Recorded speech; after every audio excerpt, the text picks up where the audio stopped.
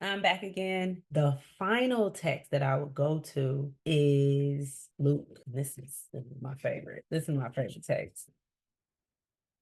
Bring three stories together because scholars would say that from Mark to Matthew to Luke, that these could be different stories. Pause. I need to go check on my food. And so, if in this next text, I'm going to put them together, scholars don't necessarily agree or they leave open to the fact that the Bible doesn't specify that these are three accounts of the same story.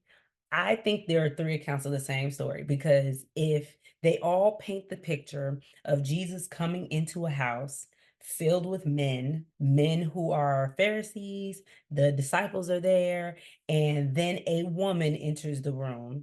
Rather, Jesus is reclined because they used to recline at a table back then. Rather, Jesus is reclined at a table or seated. This woman pours oil on Jesus's hair or pours oil on his feet. She washes his feet and then she dries his feet with her hair. It makes a lot of sense to me for three different accounts to have it all mixed up like this because ultimately they were all appalled because of the fact that this woman is in the room and who she is, right? This woman is a sinner. If he knew who this woman was, he wouldn't even let her touch him, right? These are the things that they're saying about her. Another says, well, look at she's using an alabaster jar or an alabaster box. You know how much that cost? How much money is she spending on that? Judas, of all people, is like she could have used that and sold it and gave the money to the poor, right? And in each of the accounts, Jesus rebukes them, right? In one account, he actually says, "What does this woman have to do with you?" Right? Jesus covers her. So even if she is on his feet while he's reclined, or she's sitting at his feet, washing his feet and using her hair to dry it, Jesus is covering her as according to him, prepares his body for burial or anoints him according to a tradition about anointing the head of the rabbi when they enter your house. Either way, she is doing what is expected according to the Jewish tradition. And so it's interesting that Jesus has to cover her as she is being ridiculed, attacked, and persecuted by the men in the room, religious leaders and followers of Jesus. But she knew where her covering was. She knew who her covering was. And let us not forget that even a woman's hair is seen as covering. But I ain't gonna go there. So during this time, a woman's hair is seen as covering, and she's using her hair to dry the feet of a man who is covering her.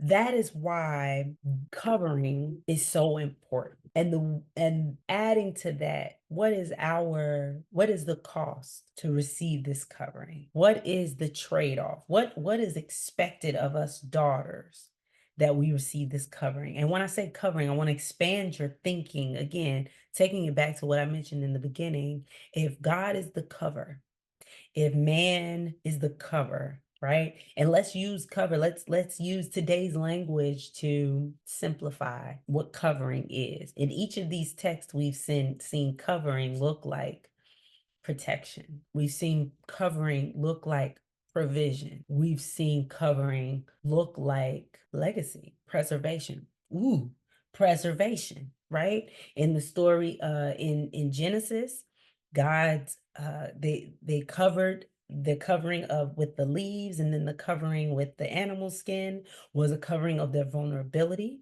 protection, and provision. In Jephthah's daughter, it was a covering, preserving her, covering and preserving her legacy, preserving her innocence, preserving her vow and obedience, her obedience to virginity, right? Or right, if you subscribe to a purity culture, if not, it was still necessary in that time for her to do so. So her obedience. And then for Tamar, right, her obedience, she went to her brother, sought covering and protection from her brother, and he gave her the house. Obedience, because she could have, okay. She could have caused some harm to her half brother instead of being obedient and letting her brother handle it. And then Jesus, this woman was being obedient to some tradition. She was being obedient even in her silence. Once they started saying, yo, she a sinner. Yo, you know who that is touching you? She could have been like, we could think of all the things she could have said. And instead, she decided to be quiet. She continued the work of anointing the head, anointing the body of the rabbi, and anointing the body for burial, to be covered, for him to be covered, right? Like and even Jesus's covering was about covering sins. And even Jesus's covering was about covering being covered, right, by a tomb. And then once he rose, the tomb was rolled away. He was uncovered. And that was an act of obedience. And so this is why this video is meant to invite you to see covering as different. And I'm not using the term submission, even though it applies here. But I think covering is the real gift of submission. So there's no need for me to say submit, if instead I remind us as daughters of the gift of covering, even when our dads miss the mark, uncovered. Even when our husbands miss the mark, uncovered. Even when we miss the mark, following someone that regularly sheds their covering, right? I believe that there's some elasticity, there's some grace that God has specifically for us, for God's daughters, because God recognizes that we are in the middle, learning about and receiving revelation about the grace and mercy in between the head and the body, in between the boss and the boss, in between who God has told us to follow and who God has told us to lead. Right, we are in between, and therefore God has a grace for us, because God knows that, it just like the woman with the alabaster jar, that sometimes the only thing we have is the traditions that they've left for us. But just like the women that found Jesus, or found the uncovered tomb, we've got women standing that came there to cover the body with spices, only to find out that the body was no longer there. The body had been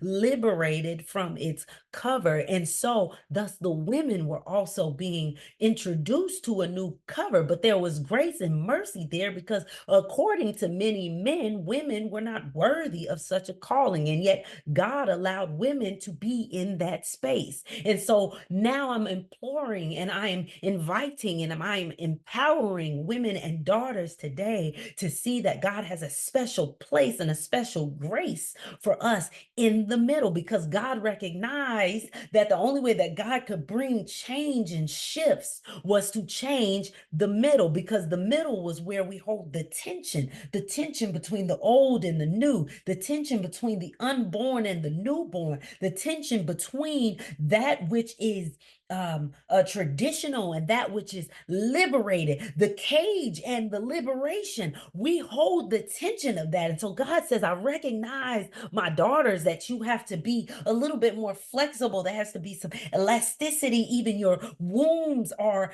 pictures of the elasticity that is necessary for you to recognize that you have a grace on your life. And so God has already woven into our DNA the flexibility that is allowed for us to realize the grace that God has for us, that we are covered even when we become uncovered, that God has always been our cover. And even in the beginning, when we were in between teachers, wait, he said, and he didn't say anything when the snake said, and God, which one am I supposed to follow? God, who is the covering? God saying, man, I meant for you to get the information from the one who covered you before, but that's okay, daughter. I understand that you're in between. And so just know that my grace is sufficient. Just know that I am here with you in between. I am here with you between the valley and the mountain. I will lament even when you have to be a casualty to the one who did not cover you. Just know that even when one does not cover you, I will open the doors for another to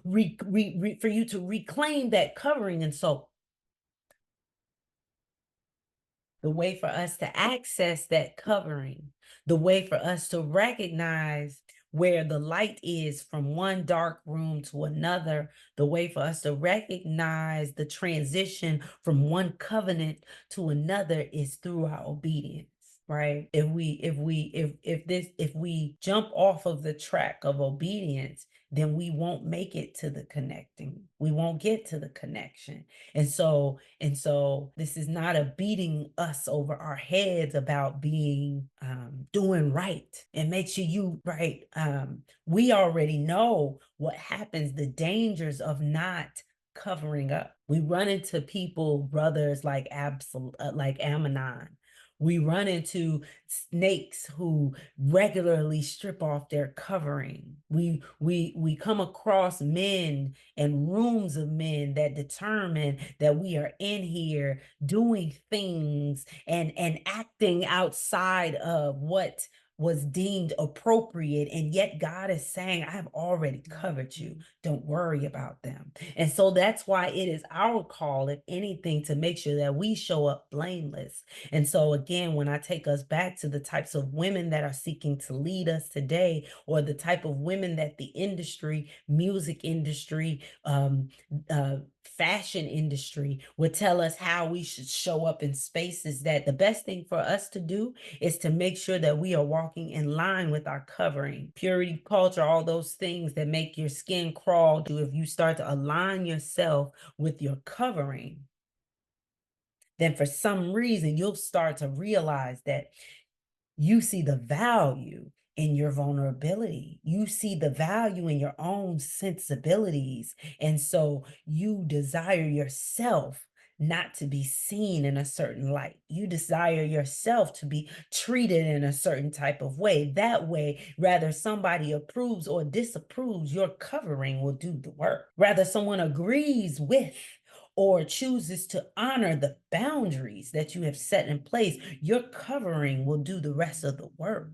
Even Jephthah's daughter had to go ahead and lay down her life when her covering removed her protection and instead served her death. God covered her legacy. Your name will still be talked about years and years later, even today, even though we don't know her name, because the writers of the text did not cover her.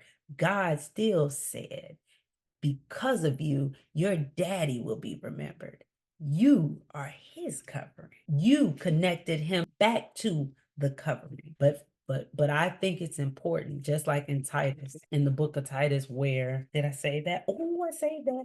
Oh, okay, that's not it. In the book of Titus, where women are asked to support and nurture and mentor younger women, that this is a part of that conversation. And I know for me that a lot of older women didn't have the language or maybe the revelation of how to teach me not just how to submit, but the value and the gift of having a covering, and not just any covering, but a covering that was committed to covering you. And so if you don't have a covering, right? If you don't have a dad, maybe your dad has passed away, my dad has passed away, then I can at least give to you the gift that my dad gave to me. And that was to introduce me to the one who does cover me, even when my dad falls short, even when my husband falls short, God can cover you.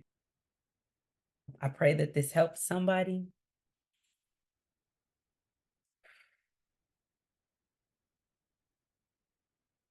I pray that it gives you something to think about and something to be grateful for as you start thinking about the life that you want to live and who you want to incorporate into that life and who gets to live that life with you. you get to be covered. Everybody don't get to be covered. I mean, everybody is covered, right? Men are covered. They're covered by God, but we get a double portion just in case. Just in case. If men fall short, you still got a covering. And our job in order to keep that covering in place is just to be obedient, to live blamelessly, receptive to that covering, receptive to protection, receptive to provision, because you deserve to be covered. You are closest in human form. You're the closest to the heart, right? For those of you that are of childbearing age, you cover a baby as it is growing and developing into the to the point of being able to actually be exposed to the material world. You yourself are a cover. You are a cover. And so I pray that that gave you some revelation and that gave you some encouragement and that gave you a reason to celebrate being a woman, being a daughter, because it's a pretty good deal. And so may grace be with you. May peace and love be with you. And may you continue to increase your faith because you have great need of it. Until next time.